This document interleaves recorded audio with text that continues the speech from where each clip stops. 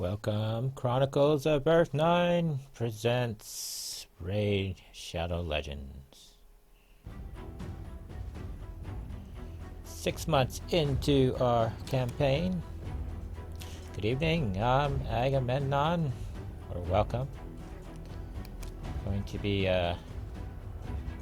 going through our premiere episode of Raid Shadow Legends in Chronicles of Earth 9. There's no actual tie-in to the game, to our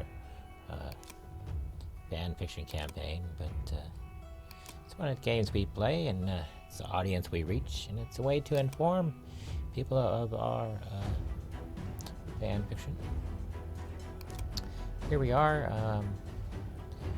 El Hain, she's our main commander. For the way I treat Raid Shadow Legends is I treat it that we are an army, and her army was wiped out and she's the last surviving member, so her effort is to go train a new army. And so when you look at the ranking of her people, it's in a military rank order. Right now it's in a 3 wide, and I don't know how many deep. And that's the, I'm going to say, corps, or regiment. Should actually be a battalion. But at this point, I hadn't logged into the game, and since August of 2020, it's now, the day we're doing the voiceover is January 23, 2021, and the video was recorded just today, just this afternoon. So it's been a while since I logged in. Right now I'm just going through and trying to remember what all the buttons are, and I know to click on all the red dots, and we got to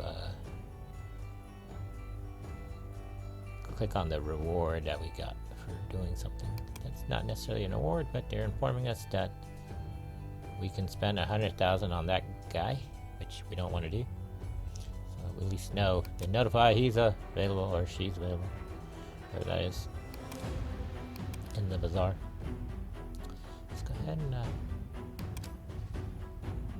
now, when last I played, I had been part of a clan. I'm not currently in a clan. I decided in August to leave that clan.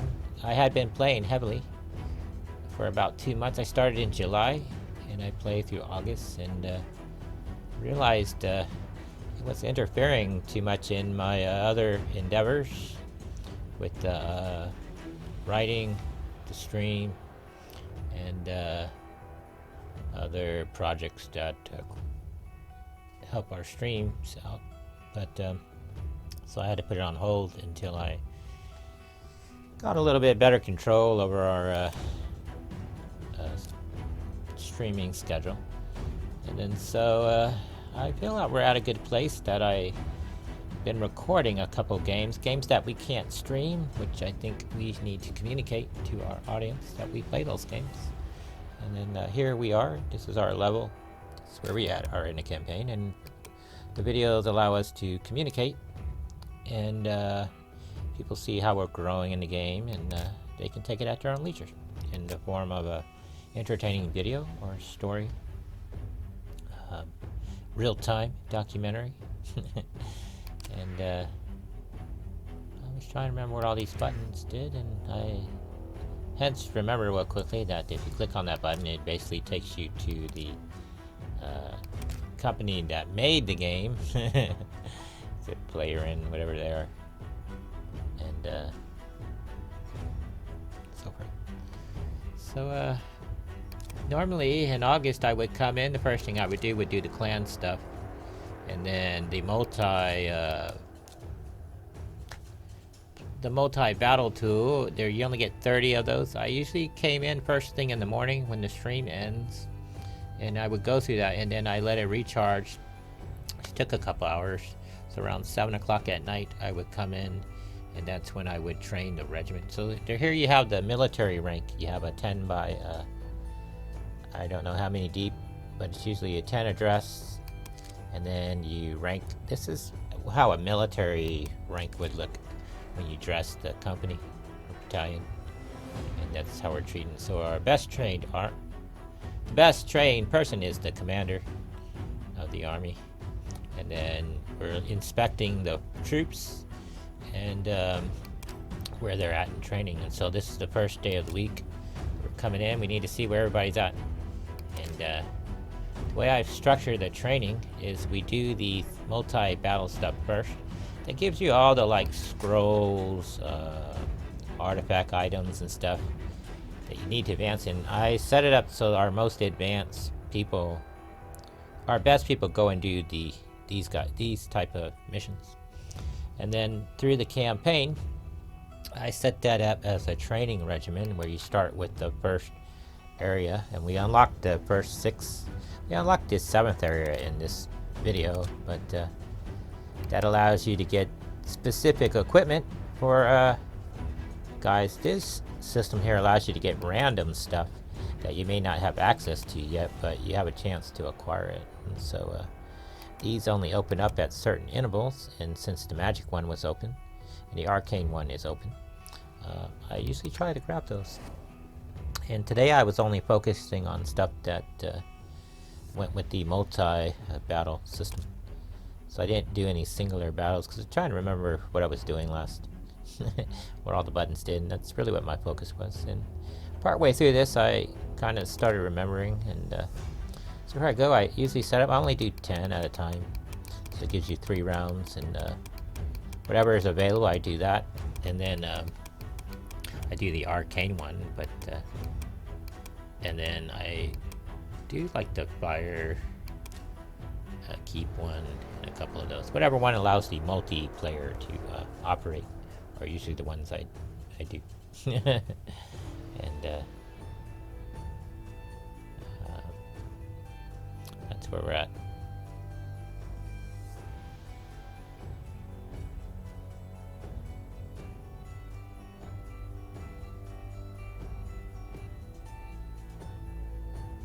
The way I scale my people up, and I'll go over in more detail as the video goes on. There's going to be 2 parts to this video. This is part 1, and part 2 I scaled it down to about an hour, and that makes it so it only takes 4 hours to process each video. And we normally upload, I normally process all my videos on Thursdays, and then I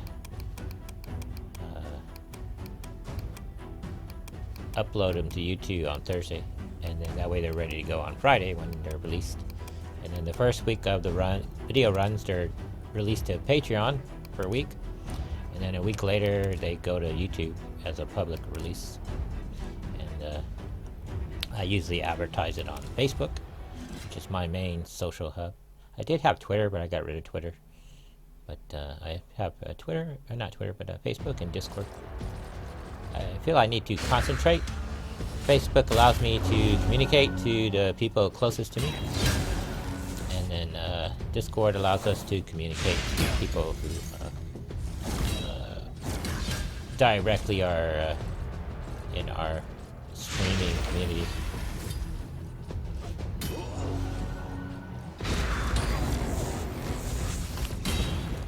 So here these are all the big people, so they're not really too concerned with ranking up. So I send them in because they all have the big booming attacks, but I try to set it up so that the team is balanced. You have to have the main leader, and then the champion, and then each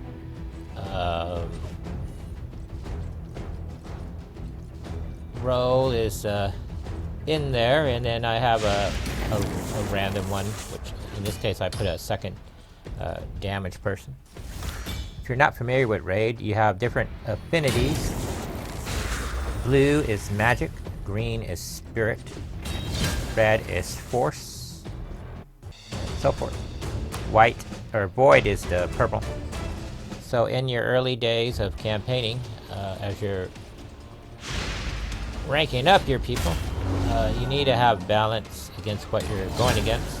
So I try to have at least the major 3. And then as we acquire more void people, I was going to slowly put them in there.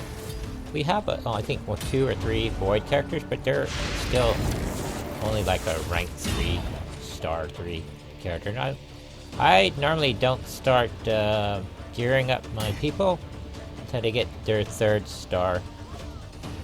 Usually. Between their 3rd and 4th star, I start giving them equipment. And then I run them through, as we're going to see later on in the video, I run them through the training program. And on a daily basis, I do the training. And then, but at the start of the day, I do this 30 battle system here.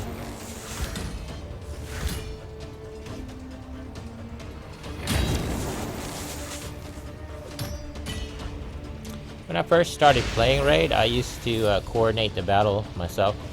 But then I started thinking in a military, because I was in the military. I trained in a military way of doing things. In the military, you're always training. If you're not cleaning and doing upkeep, you're normally always doing training, so that when the real thing is necessary, people know what to do. And so, as an officer, or the commanding officer, your goal is to train all your people and get them all working together. So me coordinating the battle doesn't really do anything, and so that's how I treat the auto button there. I have to let the force sort of go with what they need to do. And so now in this case, the commanding officer is the person who runs the army, Elhain. And we selected her, basically. When the game first started, her group got wiped out. And she was left. I picked her mainly because she was really hot, really good looking elf. And that's why I picked her. I didn't really pick her for any military reason, just that she was hot. It was like the first couple of minutes I had been playing the game, and she was pretty good looking, and that's why that was my criteria. But she's actually pretty good. She's a very strong character. Good with the bow, and she's a good training if you're because when you start the game in Raid Legends, you're not a very wealthy army, you're a very tiny army, so her character is actually really good character for getting your people to like rank, at least rank 4, and then eventually to rank 6. And I'm using the term rank in terms of the star quality of the character. So you have 1 star, 2 star, 3 star, 4 star, all the way up to 6 stars, I believe. And I call it rank because it's the military terminology. And want your quality 5-star people to be the best. Send them to do the better missions, and then the weaker people, as you're training them through. Now, since we got, at this point, we had 6 of the campaign areas unlocked, and so the first couple areas where you're doing the green health stuff, that's where I train all the rank 1 and rank 2 people. And then as they start getting to rank 3, because you start off with 2 guys, then you can go to 3 guys, and then you eventually get to 4, which is normally the second area onward to about the 5th tier area, and I fill them in as they rank up. As they top out in rank, I then replace them with a lower ranking guy so they could get training. Now, what was happening in the early days when I was playing this, back in the day, August and July of 2020, so long ago, I found that there was a problem that I would either be training really low people or really high people. So if you're training the really high people, the lower people wouldn't be advancing. And if you train the lower people, the upper people weren't advancing. So I came up with this composite training schedule so that as you're going through each thing, they're ranking up by experience. So our overall priority is giving everybody experience. And then once a week, once everybody tops out, then you promote them. So all the loot and all that other stuff is just secondary optional stuff. So like when we come in and do the raids and the dungeons, those are just optional things. And then, we do the PvP because that gives you extra energy, but it also gives you ranking, allows you to make your people just a little better. But that's done on a weekly basis. But on a daily basis, we're training our people, and we want to get the most out of training. And it doesn't matter how fast they go up; that's not relevant as long as they're being trained. What we're doing. So now you have a mixed match of people, and these people in this dungeon will slowly get. They're all maxed out at 40, and the main problem that you have with the level 40 dudes is they can't advance unless you train the lower people, because when you get like multiple people, that's what you use to move the people beyond 40. So I don't want to move the people beyond 40 until everyone's a purple star.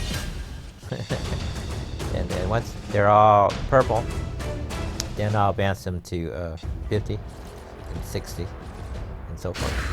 And then at rank 2 and 4 is when I start gearing the people out with better gear. And then once they top out at 40 and they have enough purple stars accumulated, then I start ranking up, improving their gear. Because you have to have, like, with the way gearing works, let's say like it's a 3-star versus a 2-star. You can advance it all you want, but you can't advance the 2-star gear to a 3-star gear. You have to actually go find a 3-star gear. But, so, why we're acquiring loot on a daily basis, that's why I generally wait until they're rank 4 to start giving them really good equipment. And I give them the best that we can give them, so there's no real bottleneck. If all that we can give them is a rank 2s, then we're going to go with that and just improve that within itself, so that they have the best gear possible in the build and best rank possible. That seems to work for me.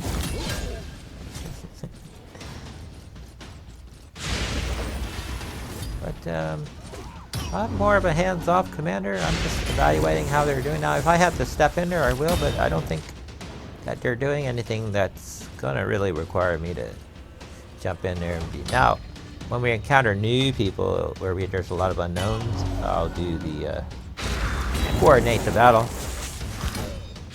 And once you get like newer powers, I'll kind of do it, but for the most part, I think auto gets it done, and I can observe what's going on. That way, when I sit down to improve with masteries and stuff, I know what that's doing to the guy that we're applying masteries to.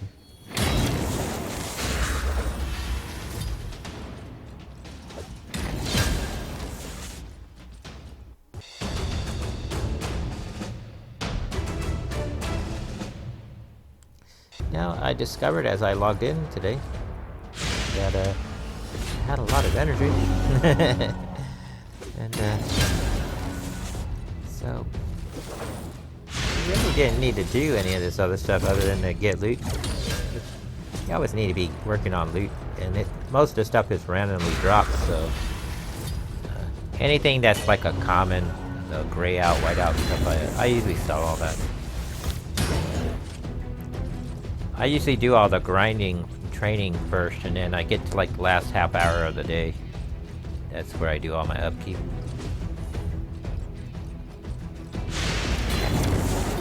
And then on Mondays, which would be the beginning of the week, I do all the promotions.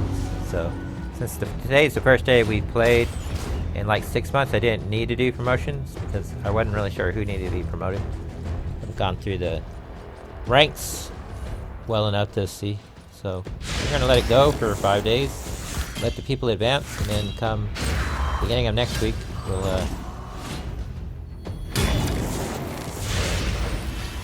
advance ranking as necessary. Assuming people reach that level.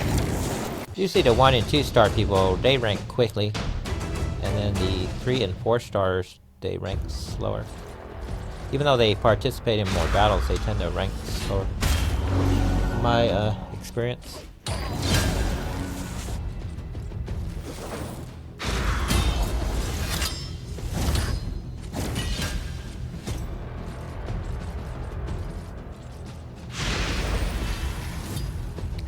My experience with Raid thus far, I've only really played 2 months.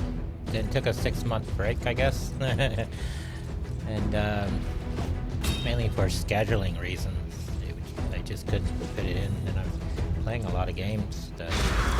Where to find a place to put it in, and the way that we're doing recording videos now, we're just recording stuff an hour out of the day, and I think that's would allow me to play more games, at least record them, and then slowly produce them as a weekly or bi-weekly series.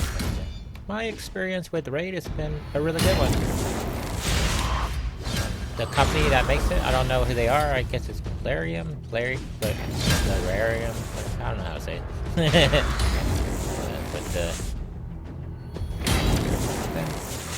Pretty good. This is really the first game of this sort of genre that I've played. It's sort of really a PvP game with a PvE layer, and the PvE layer is really a tutorial, the story part of it, and then the real goal is just to get your army trained up, and then at some point in the long term you just battle other people, right?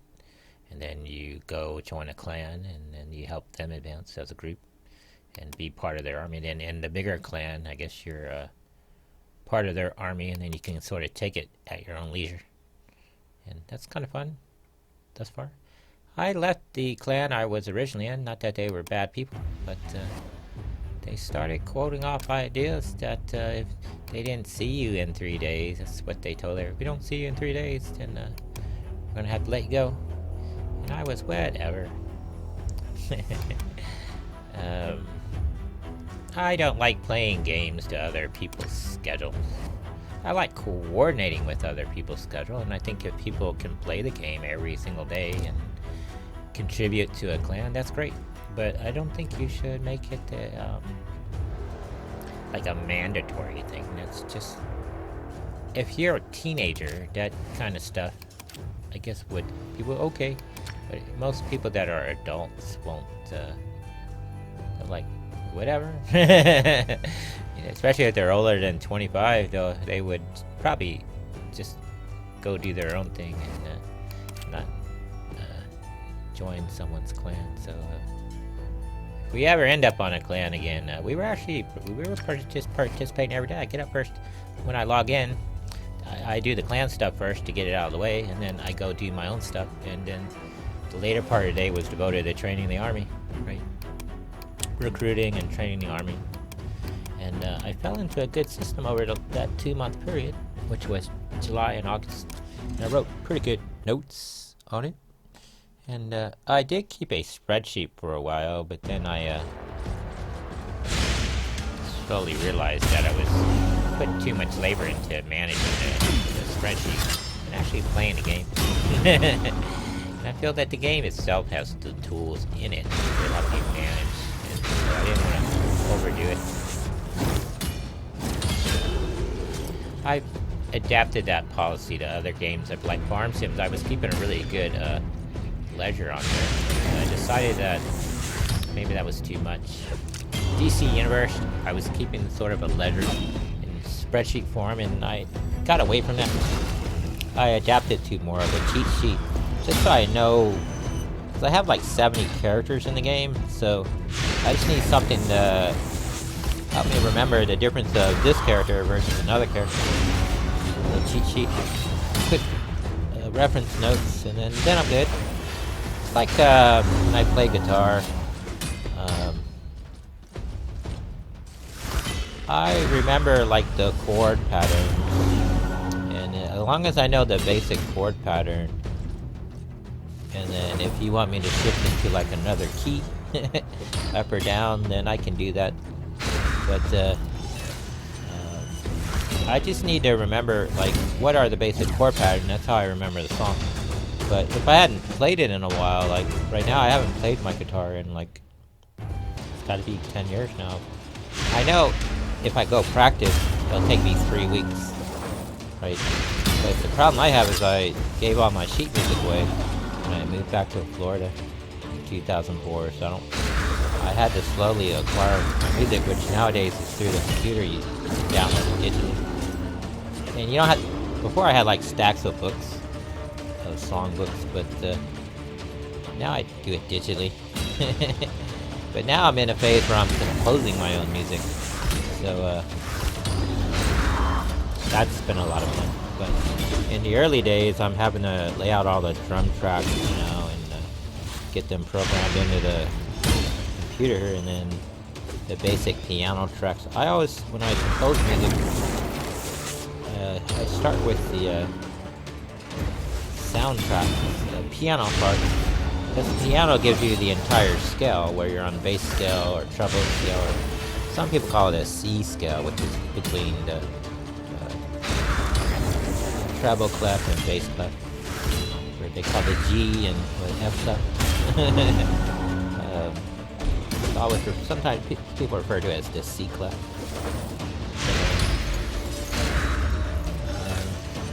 I start with the piano, and then from the piano you can do all the individual different instruments. Then all you're doing is just changing the sound, tonal quality of the instrument you want. And then at some point, I can write lyrics, but I'm not really a lyrical person. I'm not like a poet. Like with the novels and stuff that we write, I can write like novels, long-term, detailed writing and stuff like that. But I'm really a lyrical writer.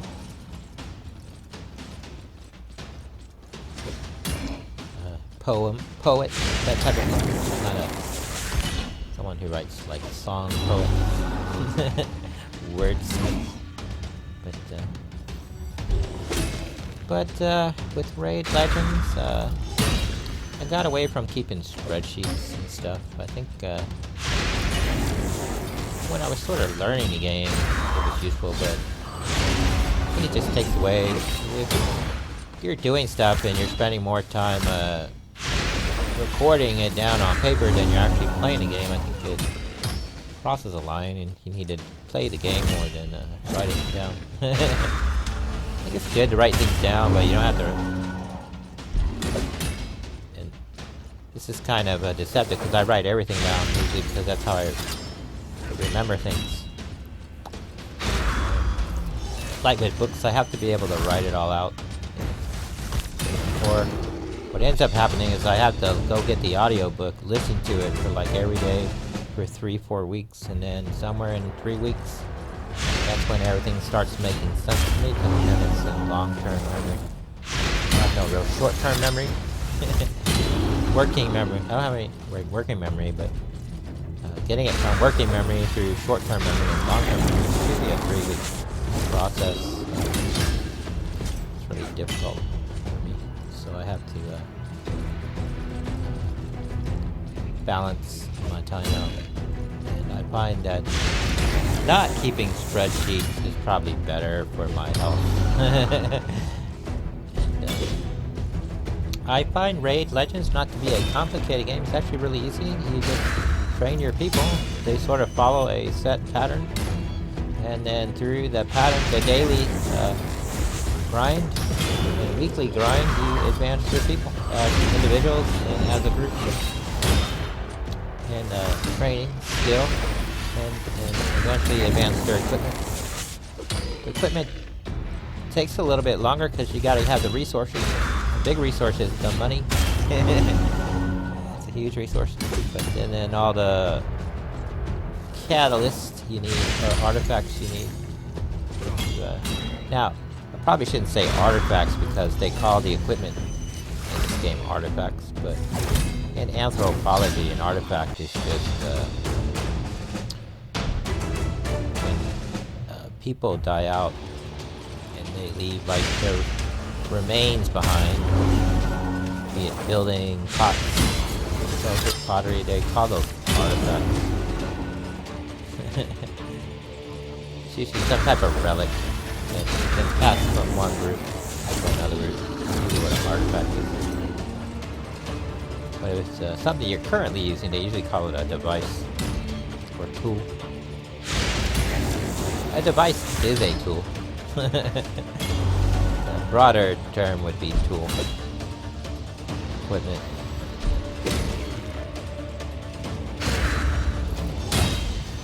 But all things in life break down to several basic things. You have a role in life. Function. Within that role, you have a skill, equipment. That's basically the four basic needs: food, water, shelter, and clothing. So, okay, you don't have to eat, but technically you need money, which is technically the food. And then clothing is the equipment. Shelter is the place.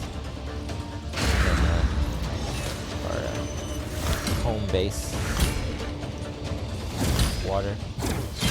Which are your scarce resources.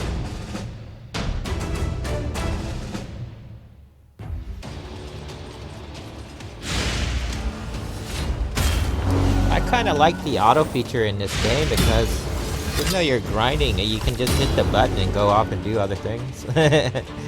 Or, like me, I spend the time while they're battling.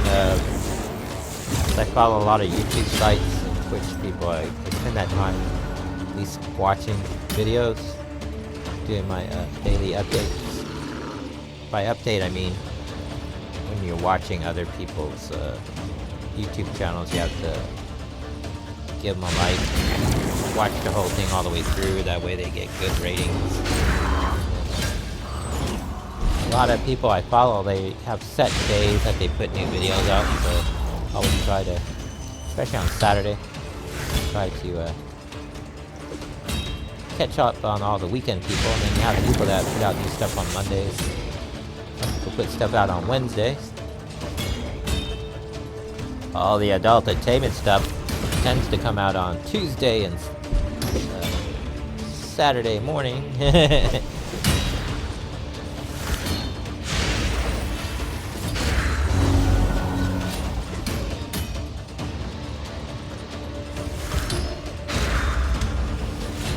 Although in the last like 6 to 8 months, there's been a drought in adult entertainment stuff. I haven't seen any new videos uploaded in like 6 to 8 months. All just been repeat.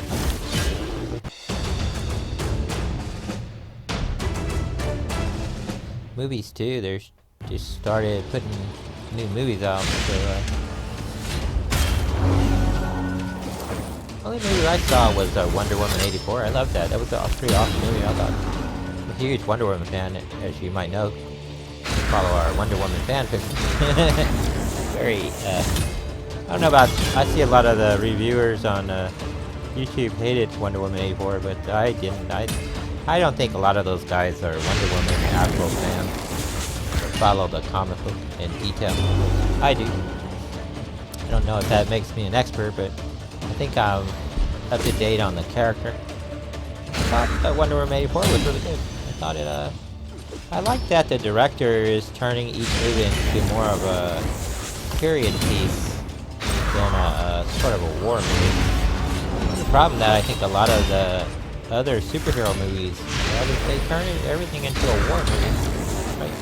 And then they're sort of stuck in this rut where every movie is sort of has to escalate, and when you really look at the story as a whole, nothing ever comes to a conclusion, right? They're just going from one situation to another situation to another situation. So as a fan, at some point you burn out because true stories have to have some sort of resolution to it, the growth of the character. And I think Wonder Woman, at least in the movies, because they kept the same people making the movie, the character has grown in the story. And she starts off kind of basic in the first movie, and in the second movie she's grown a little. By 100 years. in the actual fiction, the character is 2,800 years old, so it's not a dummy. Right? And I think a lot of the YouTube critics are not really aware of that, of the character. I think many of them actually read Wonder Woman comics because her comics are very different than read other superhero stories. They tend to go from one battle to another battle, then they finish one battle and basically the character grows around the corner and there's another battle. And after about the 5th battle, you get kind of annoyed. And it makes sense because a lot of those books are written for 13-year-olds. That's the kind of stuff that entertains a 13-year-old, but if you're reading it as an adult, someone who's older than 25, at some point you get tired just seeing fighting and fighting and fighting and fighting and fighting. There's no growth in the character. I think that's what happens to a lot of the TV audience out there. The battles are nice, but the problem is their character isn't growing in the story as a person. And they keep making the same mistakes over and over and over, so about 5 seasons into it, you're like, well... It's not like a soap opera. In a soap opera, characters grow. Especially like I watched Young and the Restless. So Young and the Restless, the main characters are usually all adults. Whether they're young adults, middle-aged adults, older adults, elder. And they interact with their children in the story. They're usually static characters that support the main adult character. And then they go from situation to situation, but the character grows in the story, right? And you watch it every day. Still, comic books movies should do the same thing. Even if you're only getting an installment every 3 years, the character should grow in some way. I think that's what happened to the Marvel movies at the end. The older characters and actors got to the final movies and there wasn't really any growth in the character. That's why you see the actors sort of...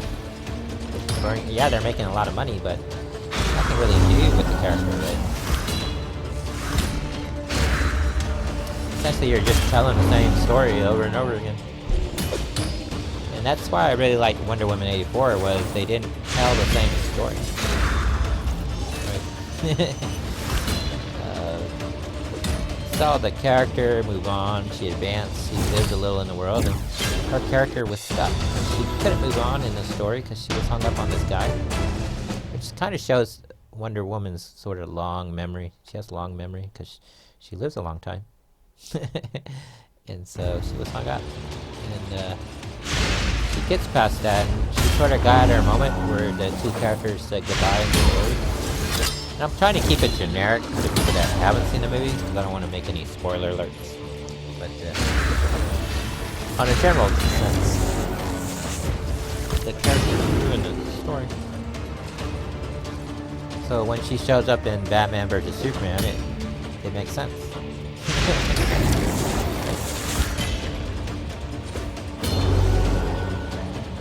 We're up to Battle 10.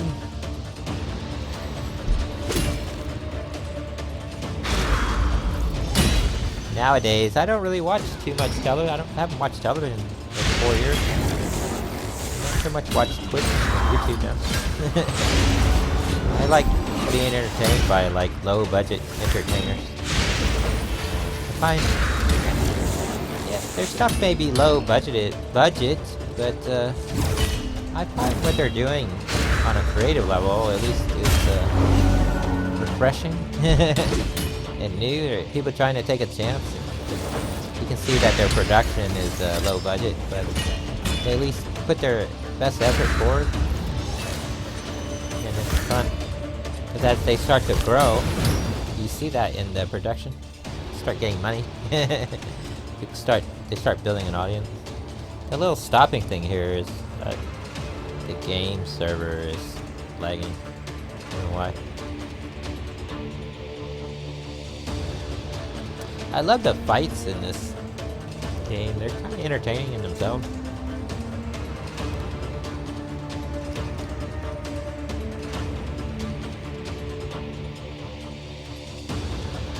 On a side, I'm trying to get all the faction people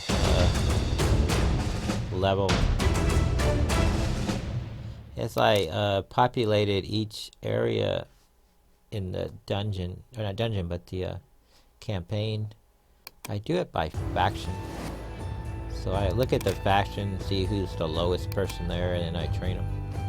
Go through faction. That way, the factions are slowly being populated and skilled up. And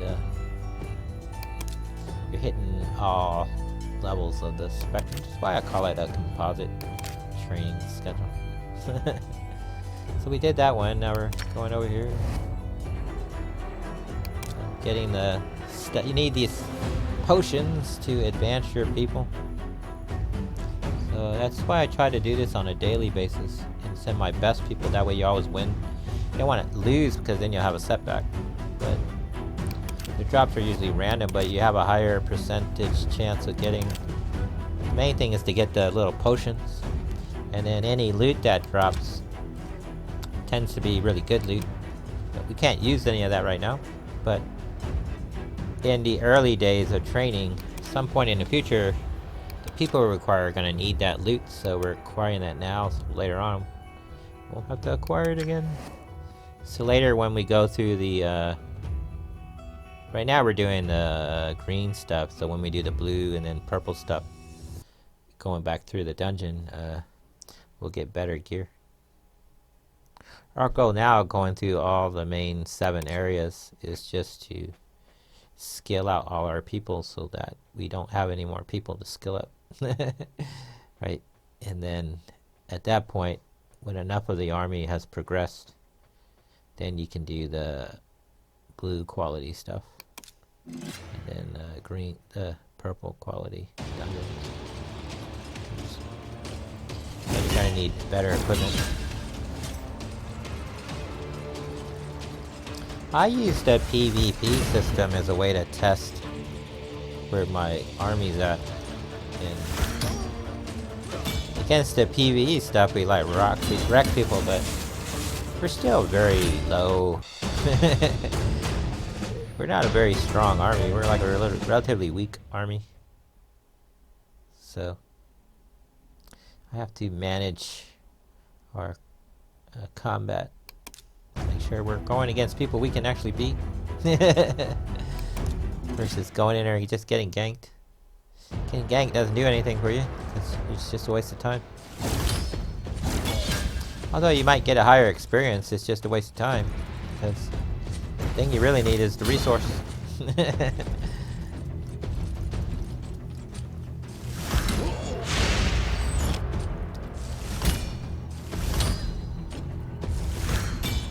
Here we are. This is the dungeon you go through. First couple of stages, you do it too, guys. So you have the advanced person training the lower guy. This is how it would be done in the military. In the military, you have a liaison. I used to have to do that. People, they check into the command, and since you've been there a long time, it didn't matter what your rank was, you go pick them up at the airport. Make sure to get all their luggage, especially if they're new to the area. Make sure they get their rent-a-car, everything. Make sure their housing is situated. Show them the command. I was in the Navy, so I lived on a ship. So you had to. Here's the port stuff. Here's the ship stuff. And this is how you would train people in the military. It'd be one-on-one training initially, and then get them to a certain level, and then slowly through each stage. Then you add a third person. So you're fighting with 3 people, and then you add the 4th. And this guy, he's gonna go through the whole training, at least through the first 3 area dungeons, or I shouldn't say dungeons, because people will think we're talking about the dungeon stuff and not the in the campaign. But you go through each area, I'll call them a tier, And then with each tier, you have a stage. There's usually 7 stages through each tier. And then you go to the next. And then we just unlocked the 7th tier area. And you'll see that through this training episode. And as we go through the stage, and around stage 4 you get a 3rd person. I usually put a rank 3. So you see this guy's a 2-star. So when you're doing the solo stuff, it would be a 1 and 2-star person. And then you get him to rank 20. And then you get another guy. So then when he reaches rank 20, he tops out. So he goes on the promotion list. So come next Monday, all the people that were 1 and 2-star are going to get advanced, and they'll advance quickly. And then the 3rd slot here I use for people who are rank 3 and rank 4. And I run them through. And then once you get past the 3rd area, where area 4, 5, and 6, and onward to 7, that's when I don't. The lowest guy I take on those is usually a 3-star. So then all your 3, 4, and our highest person is her, who's a rank 4, and she's all I forget what the term is where you get the red, pink dot.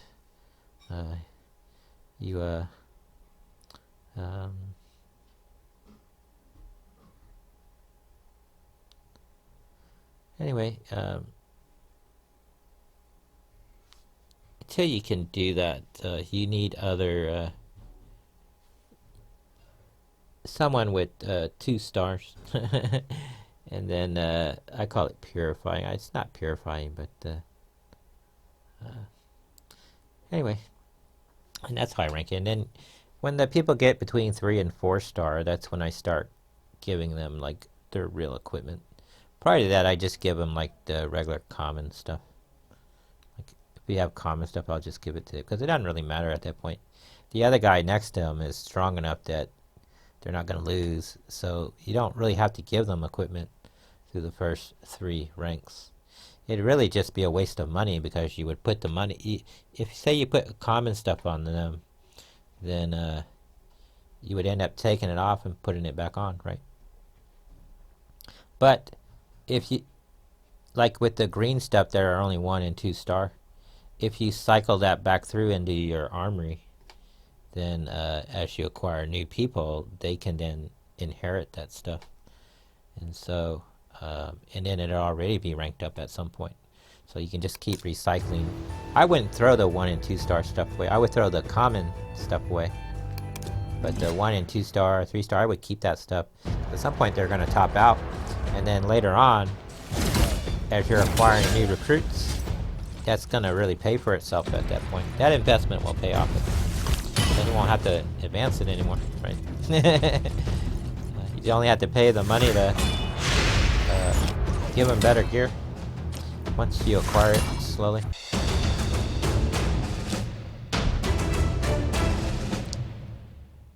Which, why I normally don't convert them to the purple star until they're rank 4 and all their equipment is at the proper ranking and improvements. So when they have, I use the purple as a visual aid that I know if they have 4 stars, purple stars, I know their equipment is pretty much topped out at that ranking. And then if they still have a gold star, then somewhere their equipment is still being developed.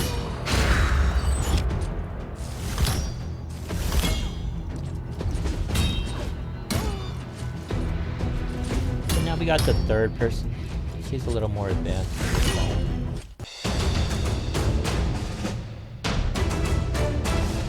See, she got the little training thing. That's what you need.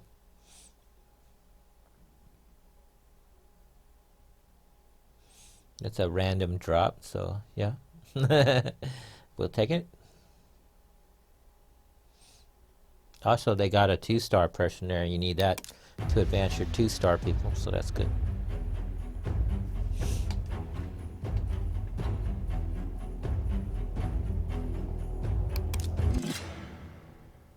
We didn't use all our multi-battle stuff, still got 10 slots, but didn't really spend it on anything, so that's done for the day. We're into the training part of the day. I hear people like doing stuff in the background or noise. I record these during the day now. I stopped trying to wait for a pristine sound condition, and I just do the voiceovers now extemporaneously, and just whatever the noise conditions are. If it gets to a point where it overpowers the recording, then I can always just go back and edit it out. But I'm slowly realizing that you can't wait for pristine conditions. You'll be waiting all day, and then all your videos will get backlogged, right? And if you're someone who edits or looking to edit videos, I read it like 30, 40 videos a week, right? Sometimes like 20 videos in a day. And the main videos that I process or produce, I do on Tuesday, Wednesdays, and Thursdays. And then between Wednesday and Thursday is when I start processing. Basically, you take the produced video and you convert it into the YouTube format, which for us is a 720 high definition standard. That takes 4 hours to do. If you process it into the 1080 format, it's an 8-hour process. So what I normally do is right before I go to bed in the afternoon, I hit that button and I do that. But this last week I've been working on a procedure where I do it while I'm awake. So you hit the button, let it go do its 4-hour process, then I just watch Twitch on my PC on the other display, and then I'll go play a game on the PC or the PS4, because the games that we record on there is and make videos of, the games that we don't play on the stream, I'll go record those at that time. Or if watching Twitch or YouTube, I use that time to transfer videos from the PS4 to the PC.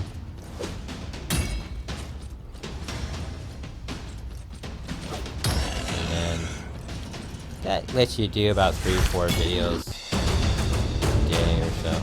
8 at most, probably enough. 8, that's a 24-hour day if they're all 4 hours, right? So that's normally split over a 2-day. So like if you start at like 6 at night, and you'd be done by 6 p.m. the next day. Or even if you hit the button and go take a nap for 4 hours, then you get back up, hit the button again, then go back. That's the 8 hours sleep. So you can go off and do things. Hardest part is the voiceover, which the videos are an hour long. Take an hour and then you gotta sit through it. That's another hour. So the production of the video takes about 2 hours roughly. And then the first video takes the longest because you gotta make all the like titles and illustrations. But once you have them pretty much made, it's really easy to move it to the next parts of the video. I have standardized my recordings to a 720 HD. I find that for the laptop I have, I only have my laptop is a high-powered dual-core i3 processor. Tell people you have a dual-core i3 processor, they look at you like you're a cancer survivor or something. I'm sorry.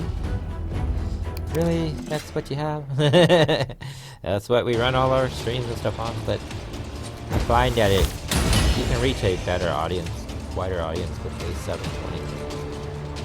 Especially people with phones and something other than a PC. The 720. If I could record in a 1080, I would, but we would need a third computer to do that, just a dedicated server. Where you loaded it up and it would just go through and just process it on its own. Do it in batches. I used to do that when I had the Adobe stuff. They have it where you can run everything in batches. It's part of the suite of software. But I'm using the Cyber stuff now. Or I've been using it. I'm still using Power Director 14. And I like it because I own the copy of it. And like the music stuff, I still use the Music Studio 2005 edition. Because you can make a song in the MP3 or MP4 with that. The videos just have to be in an MP4 format. So it has all the studio stuff that you need. You can produce anything, right? So I find that owning it is better. I was renting the Adobe Master Suite stuff. And I like it, but I don't like... I found that after a year after leasing it, I didn't like that system where you don't own the software. You know, because sometimes you're going to run into issues where you need to get a video out and then the thing expires. You know? And then you're kind of put in between, do I want to eat? Do I want to lay roof over my head? Or do I want to rent Adobe Master Suite for a month? Right? So, I kind of like, especially I have ADHD and OCD. I don't like having too many bills because I tend to lose track of bills. Even if they're paid on the same day every day, I tend to... With ADHD and OCD mainly because I have high anxiety.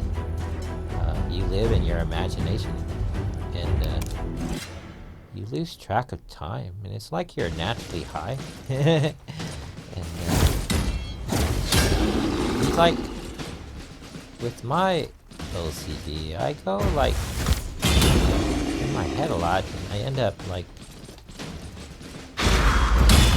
or two will go by, and it only seems like a day, and then all of a sudden you don't realize like the longest I've gone is like I went 3 years realizing that I hadn't talked to anybody, like called anybody, wrote anybody. And then so I called my like family after 3 years. They were like, "You're still alive." Like Facebook, I stopped using Facebook like in February of last year. I hadn't logged in, and then I logged in a couple days ago, and people were like, "Oh, you're alive."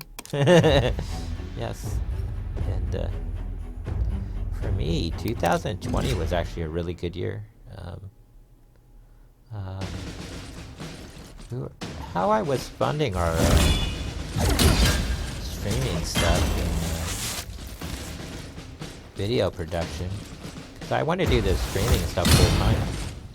But we don't really have the monetary input right now to do that. I'm hoping that we grow our audience, change over time. Hopefully quicker, but I'm planning for the long run. But I would just go out on Wednesdays. I got a job as a temp, at a local labor temp. And I kind of liked it because I didn't have to work around like assistant supervisors or assistant managers. When I try to do things like go get a job and work for other people, that kind of stuff, you'd end up working for like 2-3 years where you didn't have a write-up, didn't have a problem, and then all of a sudden, like about 2 or 3 years into it, they would change out the people, the assistant supervisors and assistant manager, and then you always end up in a conflict because they don't know you have OCD or ADHD, or they do, and then they try to provoke you into a conflict. I've been around people like that. You see that with people that have bipolar disorder. There are assistant managers out there, assistant supervisors that they deliberately try to provoke you, trying to like trigger you. And at first you don't think people are like that, but a lot of people when you go into a workforce are like that. I've met experience. So working as a temp is pretty cool because you go do whatever you need to do that day. You leave and you get paid that day, right? So you're essentially just a independent contractor. That alarm is actually in the video. With my ADHD and OCD, and I have programmed in the computer at set times that alarms go off so that I know like something has to be done, because I'll lose all track of time. So I have all these different alarms with different tones, and I've been training myself at least since January 1st to as my mind drifts throughout the day, and if I'm awake, it reminds me that I got something to do. So I've tried to use electronic schedules, but I tend to forget or drift away from those, and I find paper schedules to be better. Something where you have a physical paper, because it doesn't rely on power. A lot of times the electronic ones tend to, like, if you have ADHD and OCD, they tend to like fail you when you need them the most. Then it's like an abusive relationship with schedules. If you have ADHD, schedules tend to start being like a tyrant and dictator at some point, and they start controlling your life, and then you start like neglecting them and then for 3-4 weeks avoiding them, and just at some point you have to let the schedule go. You know, and that's what usually happens with me. For me, I end up trying to patch up the relationship. Start over, and then but I was funding everything with that job, and then the plague hit, which was in February basically, and January was the first I started taking it like serious, but where it affected us in sort of a job way. But here in Florida, stuff didn't start closing down until like February, and then I live with an elderly person, so I didn't want to like bring back the virus to the house, so I had to put that on hold, which I started doing I was doing the streaming thing full time at that point, but in our audience from 2019 through 2020 grew pretty fast. We went from like 60, 70 people to just under 300 people, and then now a year later we're sitting around 345, 346, I think.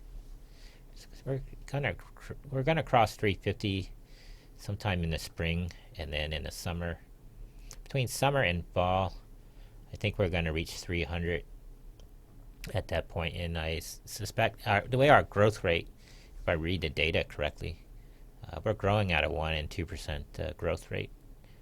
And so we should hit our average. We should average 3%, which is usually 1% of our audience, somewhere north of 300 of followers with Twitch.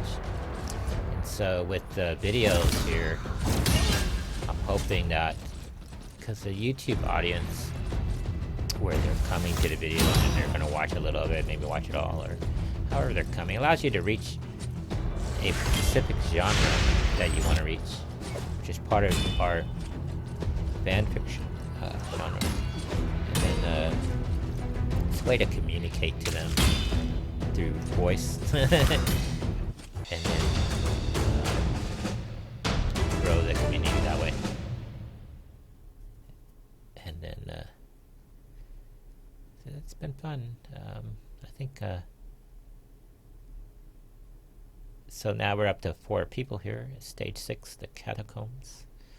And see, I got the main character, but then you got a 4-star, a 3-star, and a 2-star there. Okay. Yeah, 4, 3, and 2. And so they're all working together, and then as they top out, you normally get the star first, because that's the promotion. And then within that you do the ranking, which is the corner. And then they top out the ranking, then you go and promote them. I'm going to refer to the star as the quality of the character. If you play a lot of war games, like Civil War games, and like Napoleon war games, World War II, ranking, they have those stars on them, and that tells you the quality of the soldier, usually. So, those of you not familiar with war games, that's what the star, and that's, if you look at the icon there, that's follows standard military nomenclature there. The ranking, how they would, like if you look at the way when you go into, look at your bastion, which is your fort, and then you look at, like, they have 3 ranks, 3 abreast or 10 abreast ranking, and then each line a different ranking, and normally your best ranking people are usually the front line, the first line, and then second, third, and so forth. And so you're slowly populating new lines so that your army is growing. And that will always be in a continuous state. And then over time, we're technically in our 6-month time, but we've only really been playing, this is our 3rd month, really. So, from a story point of view, I titled it 6 months later. But moving forward, since we're putting in sort of a video documentary, come next January, we'll kind of do a, here we are 12 months later, this is where we're at. And so you'll be able to see the progression. And I don't want to cut the video down, not to be cruel, but I think I'm more of a long-term player. I like taking my time with games, and I think with games, I'm trying to demonstrate that if just an hour out of the day or 2 hours out of the day, you can gradually build. You don't have to spend 20, 30 hours. If you want to spend 20, 30 hours in a game, that's cool, but it's really not healthy for mental stability. You shouldn't do any activity 20 hours out of the day. I mean, sleeping only requires 6 to 8 hours. I tend to only sleep 4 to 6 hours. And even if I try to sleep 6 hours, I normally get up after 4 hours. Unless I haven't slept in 2-3 days, and then I sleep like a long period of time. My body just forces me to sleep. And that in itself doesn't have, you want to have structure. Same thing with playing games, you need structure. I think an hour out of the day is all you really need. Now, the way the award system is they award you for every 2 hours you put in a game on a daily basis. And that's fine.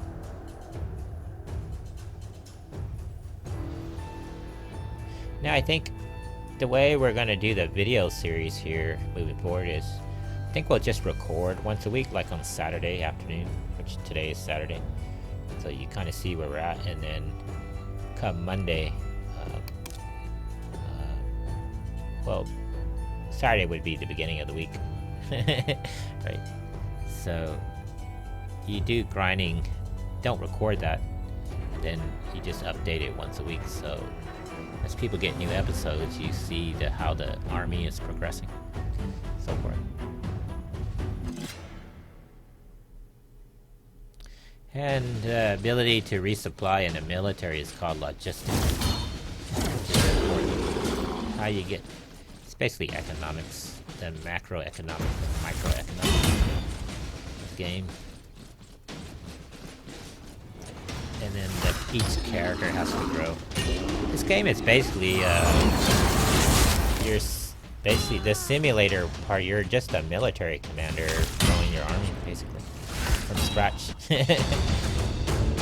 And then going through the campaign. That's why if you look at the story, they refer to it as a company. The company. It's a military structure. It goes element, squad.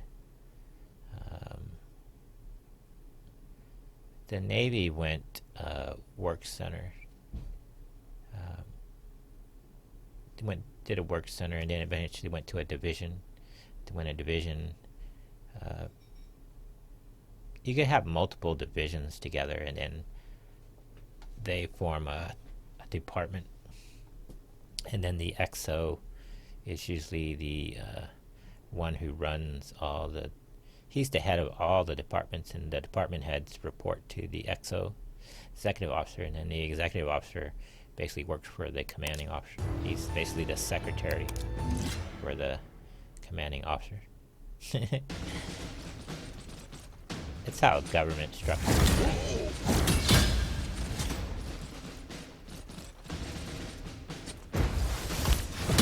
So right now I'm the head commander, probably a colonel, maybe a general, but I'm trying to train up all my corps commanders right now, and that's where our focus is, both in ability and in equipment, and logistics.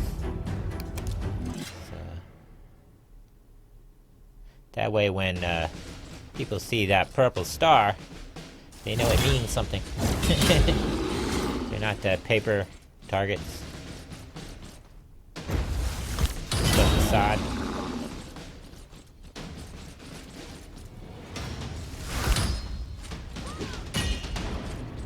Now I play the game in a 720 HD. That's why we record in 720. It's my computer's not amazing. It gets the job done. But I think it looks good in the video.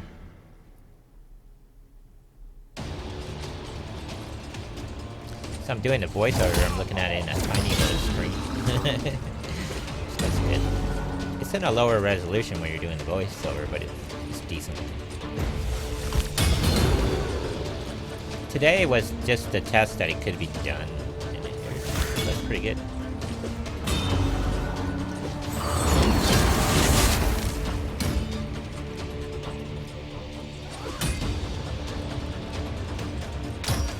I kind of like watching these battles, they're very entertaining.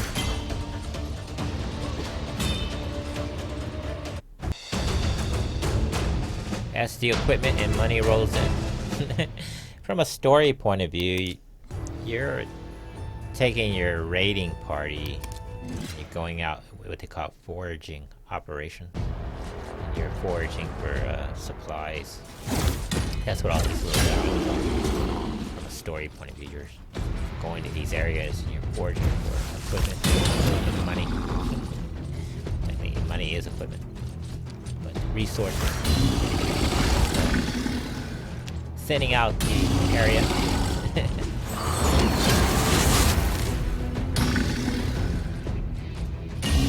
Enemy forces.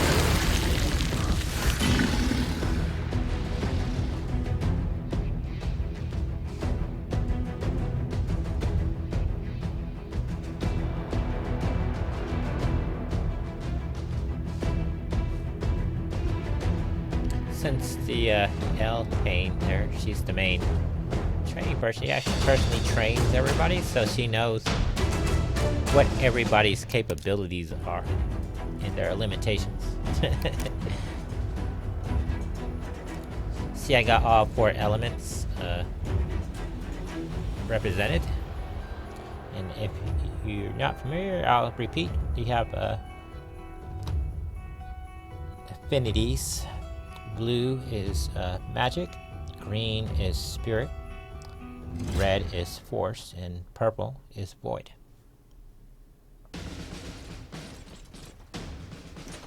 So the dwarf there is void.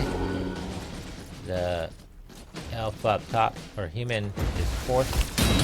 We're the magic, and the god in my right, he's spirit. Or a gal to our right is spirit.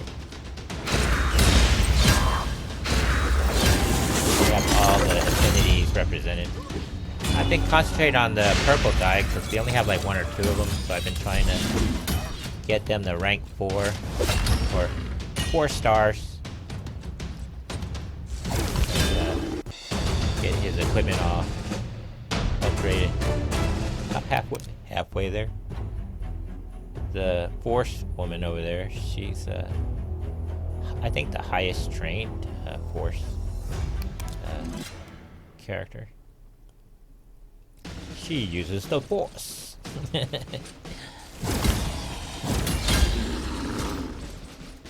So, in comparison to Chronicles of Earth 9 and our other series, this is really a military simulator.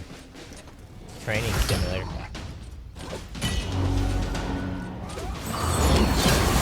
Coming up on the end of this. An hour and 50 minutes into it.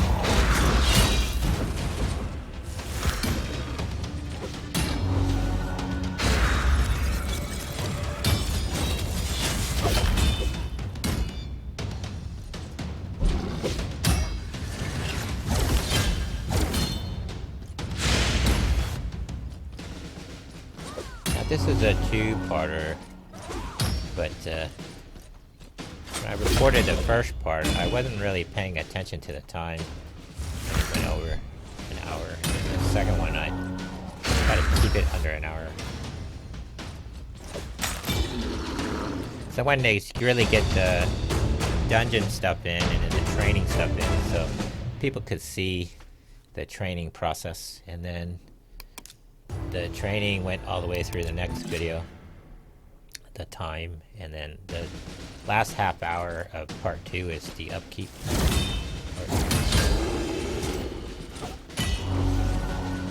So you kind of get a sense of how long it takes to get through 7 areas of training. People advance, and then you gotta go, when you do the upkeep, you skill out all the people. Basically distribute the loot. Upgrade people's equipment. You gotta go through slowly, one at a time. Make sure everything's geared out the right way. Along with their masteries.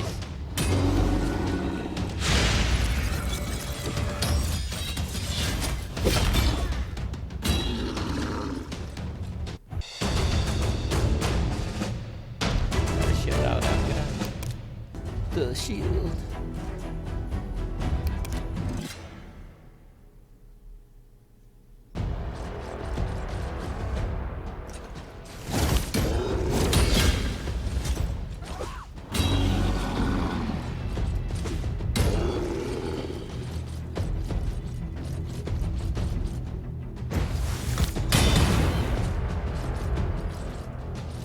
As I said earlier, I think Raid Shadow Legends is a lot of fun.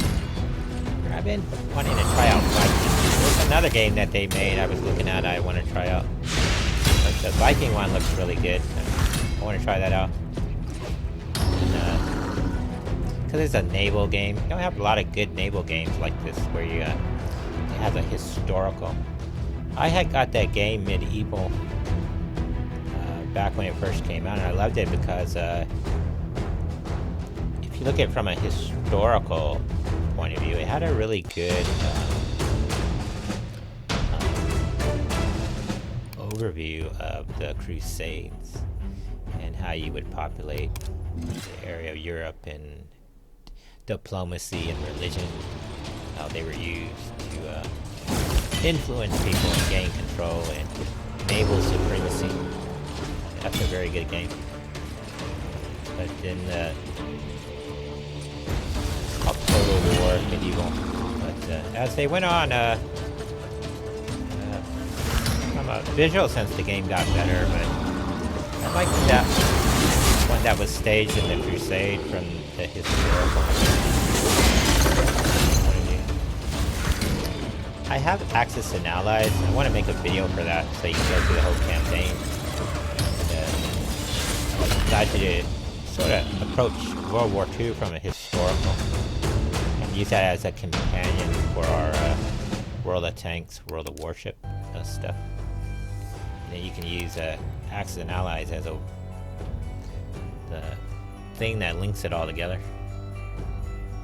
War games. And get our Battlestar Galactica stuff out there. It's pretty good. I was looking to buy this, I saw this Civil War game that I want. And that would be a cool game to make a story campaign of.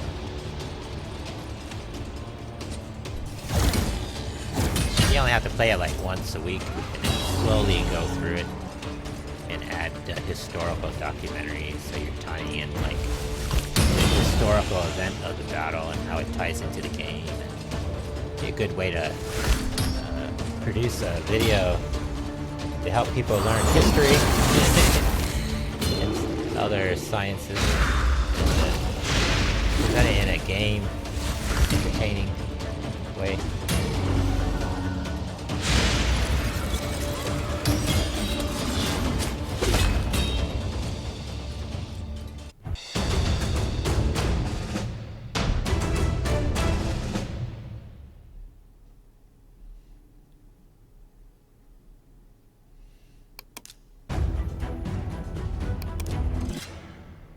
But with this, you see, you're only going 2 hours out of the day.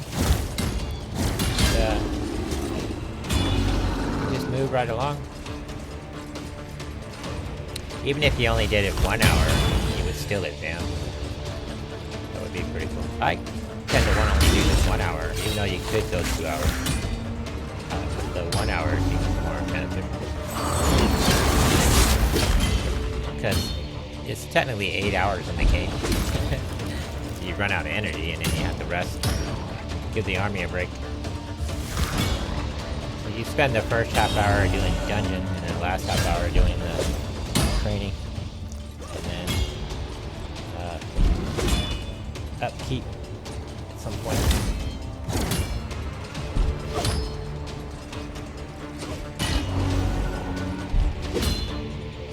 I think if you only did it 2 hours out of the week, that would work too.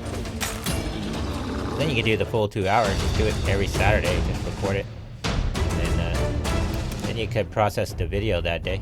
And upload it on Thursday. I think that works out too.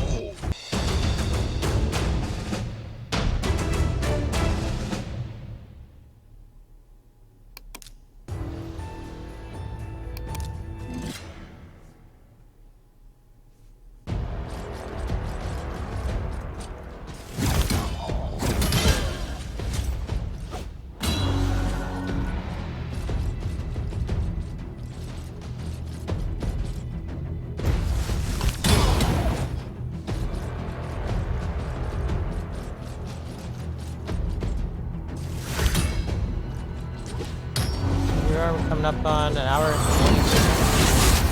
Still got a whole second half of this episode to go.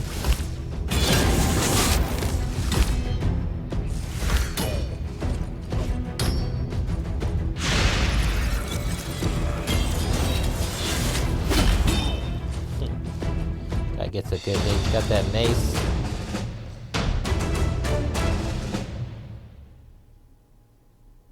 I forget what the actual name of that type of weapon is. I want to say halberd, but that's not it. It's basically they took a mace and put a chain on it so that when you swing the thing, that little bit of swing builds more energy. So when it contacts the thing hitting it, it can deliver a maximum impact of energy at that moment.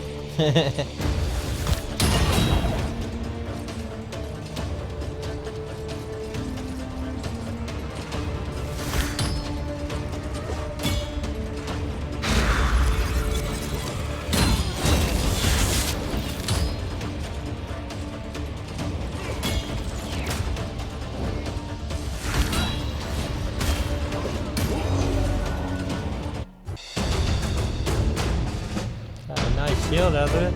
Look at that. Stage 3.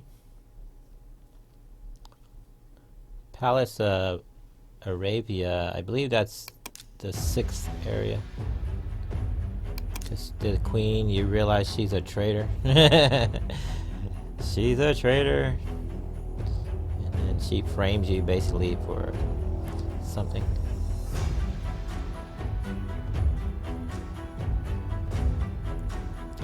Now, I'm tempted to restart the whole entire raid thing, but I don't know if you can do that in the game because we didn't record any of the story until this episode. You're coming in 2 months into the campaign. If you're new and watching this for the first time, you don't really have any context. I'll research that. If we could restart it, I'll probably will. Now I know a lot more about the game.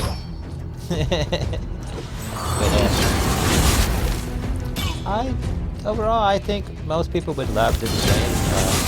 When I was growing up in the 70s and 80s, how I was introduced to role-playing games mainly through my older brother, neighborhood kids. And my first role-playing game was Dungeons and Dragons. It was in the 70s, early 80s, and then we progressed to BattleTech, which I was playing Star Trek, the role-playing game, which the company that made that, FOSSA, or some people say FASA, but FOSSA, they made Star Trek, the role-playing game. They made BattleTech. They made a game called Doctor Who, and then they made another game called Top Gun, and Shadowrun was another game they made. They had a lot of good games, but it was all based on Star Trek, the role-playing game, and the way the character generation worked and power in the game worked. And in BattleTech, they took the power scale, but they turned it to a heat scale. So as you built up heat, you had to dissipate it. And that's how that works. But it's pretty much the same game, but with a different facade. And then I got into Marvel Superheroes, which was another TSR game, and Star Frontiers, Twilight 2000, Robotech, all the Palladium games, Game Designer Workshop, yeah, Twilight 2000, Leviathan, Traveler, 2046, something like that. I forget what the number was. It is Traveler, Leviathan. Those were all good games. And, Harpoon was a really good one. Air Superiority was a great game.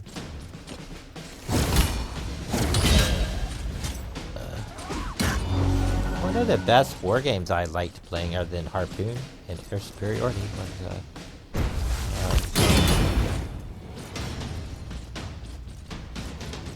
game called Rise and Fall of the Third Reich. That was a good game.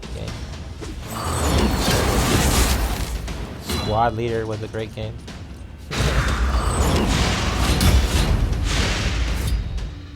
And then you could slowly learn that you didn't have to just play one game. You have a main version, other games, Risk, Axis and Allies. Then slowly everything migrated to the computer.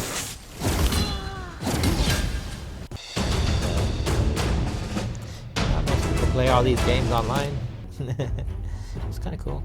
This is a nice little game, but nothing super serious.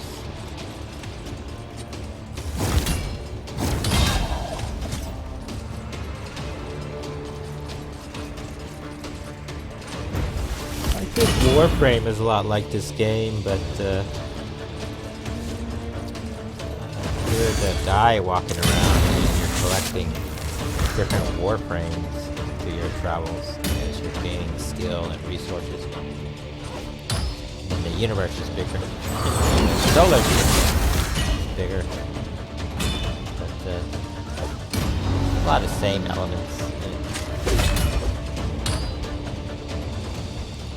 It's based around a war game.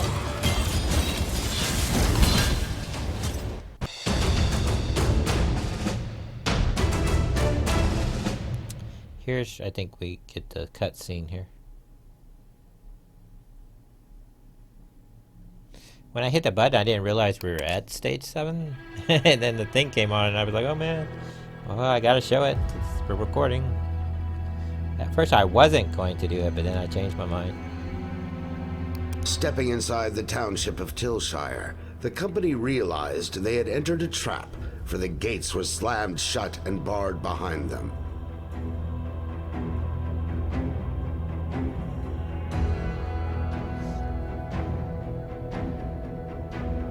The people, visibly entranced, were herded by orcish guards to an inner court where Bad El-Khazar, the dark necromancer, was lording his power with the scepter of Surath.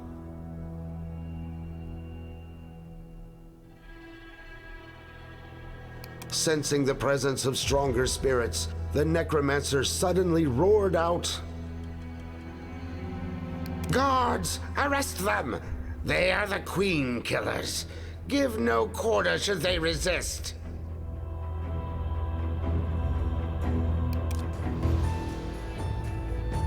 I didn't advance beyond this point because we need to train our army before we go any further in the lore. That's what a good commander does. You have to assess where your army is. So now we're going to go back through the cycle. That's area 7, so we know we can do these 6 ones without a problem, but now we got to advance our people so that we can get to the next area. And you see each area supplies a different type of armor. So going to move on.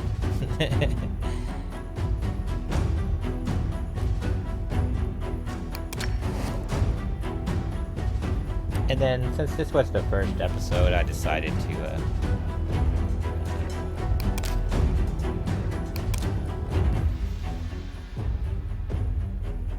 continue on.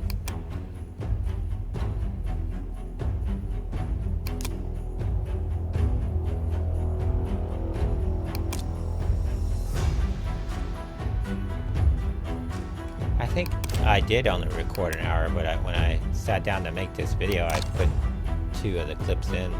That's why it's longer than an hour. So I think I'm just going to go ahead and make it the length just in one episode. So it's only going to be one part. And,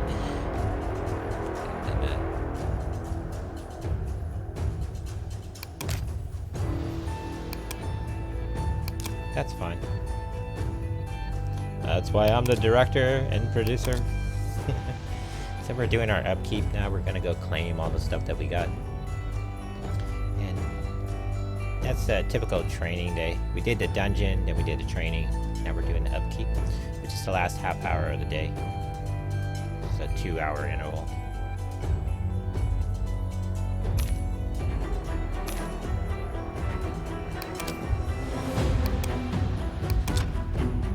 Basically, you're clicking anything that has a red dot on it.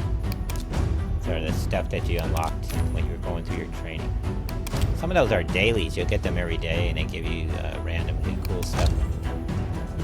This is our time that we put in. It's not over the 90-minute mark.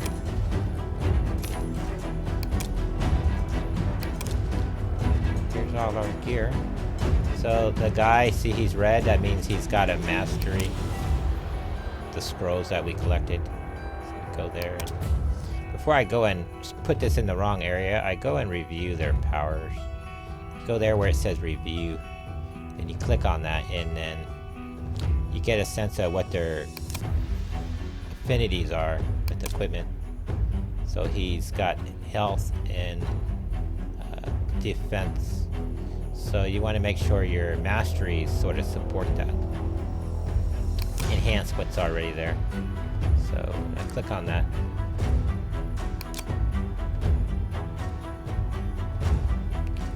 So the green is defense and the other is support. So we want him stronger as a defensive unit, because that's his main role. And then where we can, we'll fill in support I took this one because it decreased damage from any AoE take, and this one you had to wait for a certain situation to get the 10% buff. So I went with the AoE one because I think that you would be hit more with AoE attacks than anything else. So as a broad defense, I got that one first. Seemed the better of the two, the way I read it.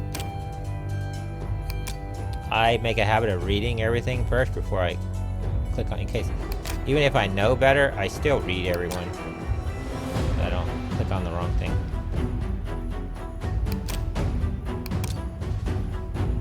Defense in all these kind of games, as I said in some of the other videos, offense is usually firepower, defense is staying power, and then support usually aids defense, your staying power. And then intelligence, the 4 pillars of combat. There we go, we got that. And now we're going to go through the equipment. So I normally set it by rank.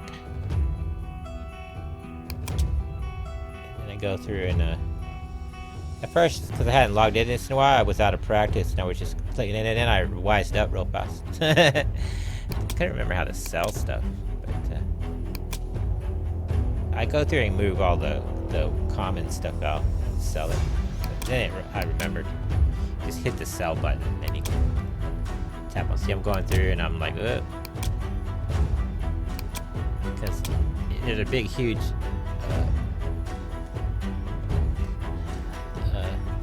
vault there of gear. So got to take out all the common ones, and then what's left is what you give to your people.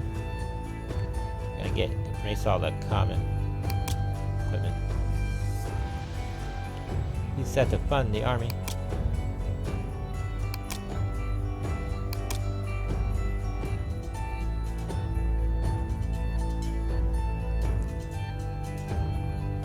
Oh, anywhere there's a red dot and it's a common, we'll click on that and sell it.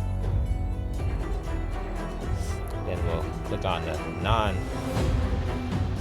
stuff. Should be what's left.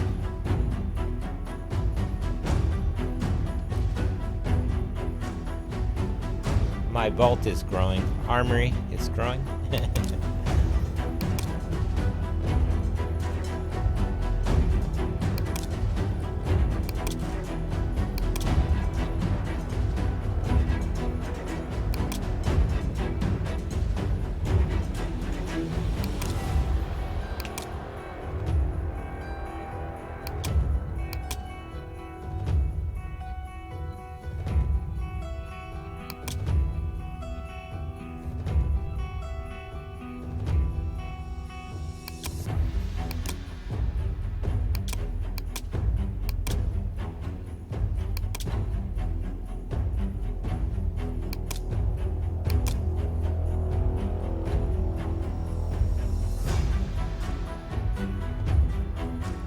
It didn't take me long to remember all the buttons. Again, the game is very simple. It's not very complex.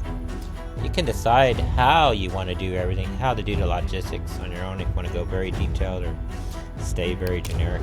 It's up to the user, but you're not stuck in anything. But I'm a more detailed person. From a military, I like everything to work coordinatedly. In coordination.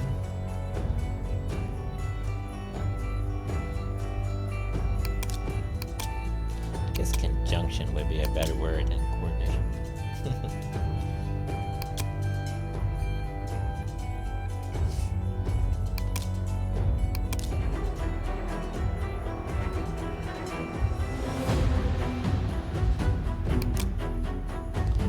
No more red, so we're all done. I was noticing these arrows there, and I realized you can use that to consolidate the levels. So now I reorder everything by rank, and that's how I had forgotten. if I had did it by faction or rank, but then as I did it, I realized I'd do it by rank. That guy had an update.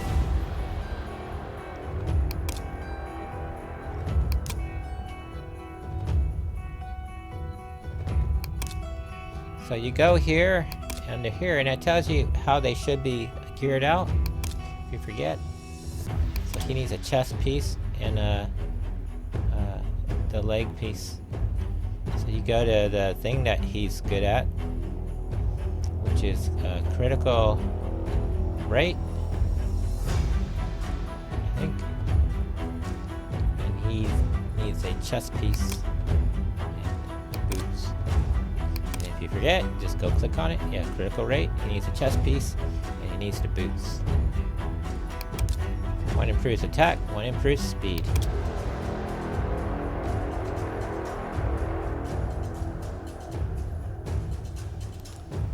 There's the best one. The little icon below it shows that it's been improved. The green icon below the star.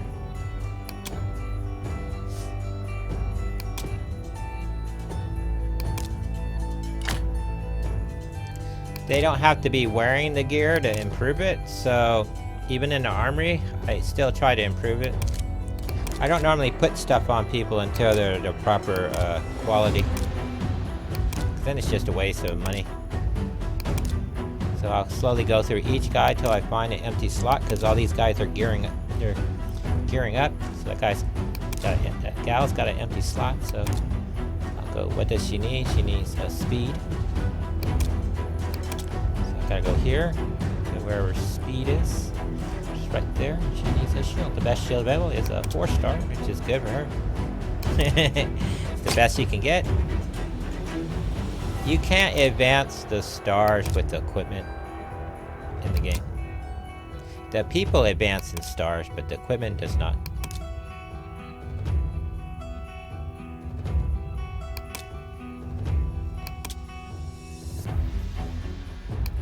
Guess the remaining shield. That's one of the reasons why I wait until they're ranked 3 and 4 to give them gear. Good gear, at least. You could give them common, but they would survive a little bit longer. But they don't really need it at that quality level. Mainly because they have the main trainer with them when they're going to the dungeon, so your guy's gonna just run people over. So now we get down to some of the 3 stars. She needs a whole lot of stuff. Now we'll research her. She's using speed and life.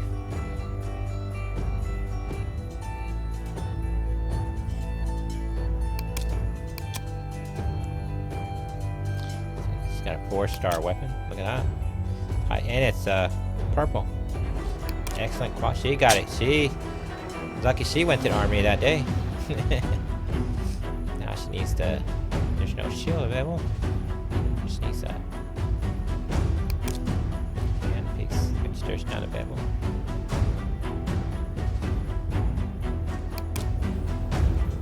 That's how I decide who gets what. If they're in a pecking order, that's how you get things. By rank, where they are at the time, and it's available. Chest piece, and it needs to shoot. Get the chest piece.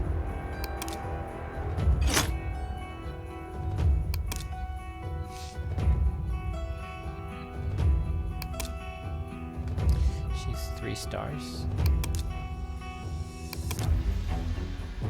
She needs offense and critical damage. I don't think we had any critical damage stuff. Where you get the critical damage is in the 7th and 8th area, so we just got to the 7th, so it's going to be some time before that character has been geared out. Proper provisions.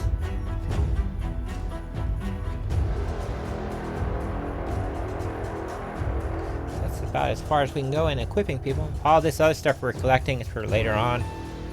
Imagining once you get past 4 stars, 40, 440, that stuff will become important. But we're collecting it now, building up our army, so that we'll have all that stuff later. If not, we'll be making a ton of money. Liquidating.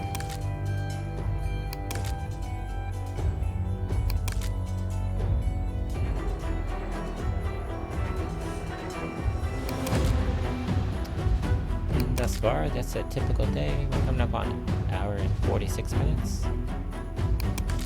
That's where I was consolidating the list.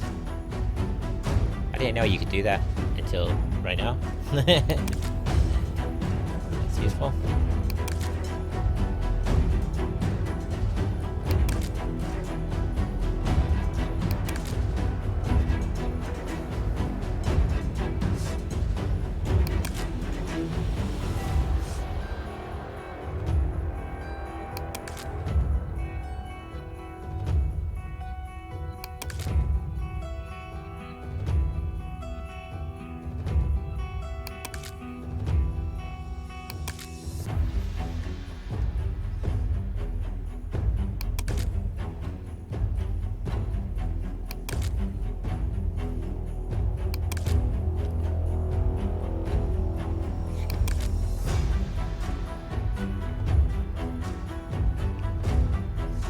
Kind of happy this game had music. But, some of the games we record on the PS4 while we're streaming, so while we're streaming we have the in-game music shut off. But then when we go to do the video, it doesn't have any music in it. So starting this week, I was starting to just set the music so it's like a low level. That way it doesn't overpower the music we play on the stream. That way, when you sit down to do the voiceovers, there's some type of background music going on.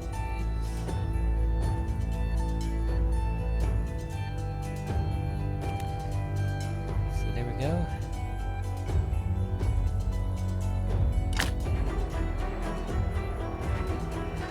Getting a little better helmet.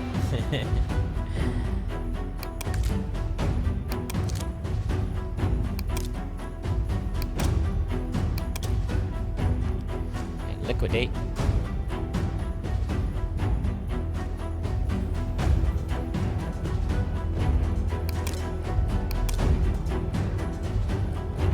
$8,000.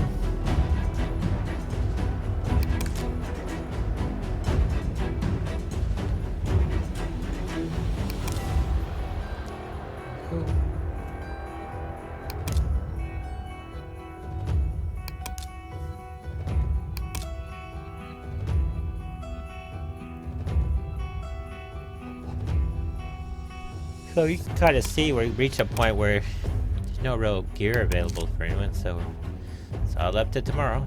Tomorrow raids. Go out and raid some more villagers and forage for supplies. Build our army. If I do come across something that's like 3 stars or more with equipment, I'll get it on the auction house. And it's worth investing the time to upgrade it, but if it's 1 or 2 star, I don't do that. I'd rather just wait for it to drop randomly. Okay, now it's going here, but as I scroll through, all the big people got their stuff up, so we would just be ganked. We'll come back later when we got a better chance of winning. Saturday and Sunday, all the real PvPers show up. So they throw their weak stuff out there. You gotta wait till like Monday or Wednesday when all the scrubs are up there, and you can just clean house, get your 5 PvP in.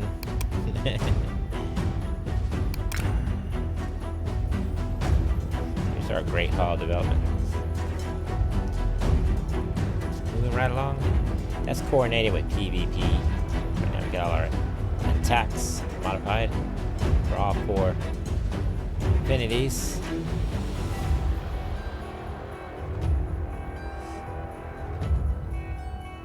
But if we get to it, I'm okay. If we don't get to it, I'm usually not really that broken up over it. It's always next week. So this is gonna do it for us. We're at the very end. Thanks for joining. I know it's been a long 2 hours, roughly. And I'm Agamemnon. We'll be back next week for another episode of Raid Shadow Legends. I'd like to thank all our Patreon supporters who donate their real world money so that we can produce these videos for your entertainment. Remember to like, comment, and subscribe. Hit that notification bell, like when you want to be informed of when all our new videos come out. Again, this was Raid Shadow Legends, brought to you by Chronicles of Earth 9 Presents. There's our Twitch ad information. Hope to see you. Come check us out on Twitch. Thanks for joining us on YouTube. Enjoy your day. Goodbye.